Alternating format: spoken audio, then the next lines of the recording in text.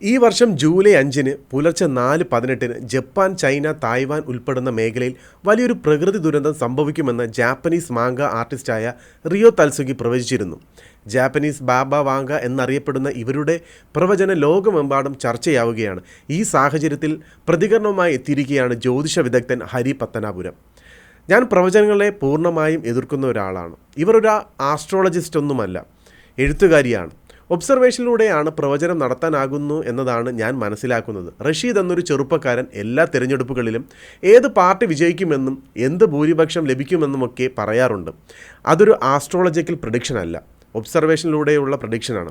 അങ്ങനെയൊരു പ്രവചനമാണ് Japanese manga ആർട്ടിസ്റ്റായ Ryo തൽസുഗി നടത്തിയിരിക്കുന്നതെന്നാണ് ഞാൻ മനസ്സിലാക്കുന്നത്. വാർത്താ ചാനലുകളിൽ നിന്ന് മനസ്സിലാക്കിയത് അവർ കോവിഡ് പ്രവചിച്ചിരുന്നു എന്നാണ്. കോവിഡ് എന്ന പേര് പിന്നീട് വന്നതാണെങ്കിലും പകർച്ചവ്യാധി ഇന്ന വർഷത്തിൽ ഉണ്ടാകുമെന്നൊക്കെ പ്രവചിച്ചെങ്കിൽ തീർച്ചയായും അതൊരു വലിയ പ്രവചനം തന്നെയാണ്. അവരെക്കുറിച്ച് പഠിക്കാൻ ഞാൻ ഒരുപാട് ശ്രമിച്ചു. പക്ഷേ സോഷ്യൽ മീഡിയയിലും വിക്കിപീഡിയയിലും പരിമിതമായ കാര്യങ്ങളാണ് ലഭിച്ചത്. ജാപ്പനീസ് ഭാഷയിലാണ് അവർ പുസ്തകം രചിച്ചിരിക്കുന്നത്. ഇംഗ്ലീഷ് പരിഭാഷ ഉണ്ടോ എന്നറിയില്ല. ഞാൻ മനസ്സിലാക്കുന്നൊരു കാര്യം, ലോകത്തുണ്ടാകുന്ന ഭൂകമ്പങ്ങളിൽ 18% ജപ്പാനിലാണെന്നാണ് എൻ്റെ ഒരറിവ്. സത്യമാണെന്നും അറിയില്ല.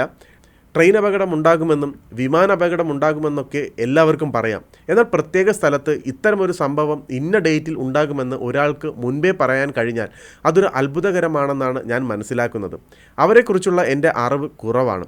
എന്നെ സംബന്ധിച്ച് ആശങ്കയല്ല, ആകാംക്ഷയാണ്. ജൂലൈ 5-ന് എന്തെങ്കിലും സംഭവിക്കുമോ എന്ന്. എന്തായാലും നമുക്ക് ജൂലൈ 5 വരെ കാത്തിരിക്കാമെന്നാണ് ഹരി പത്തനാപുരം ഈ വിഷയവുമായി ബന്ധപ്പെട്ട് പ്രതികരിച്ചിരിക്കുന്നത്.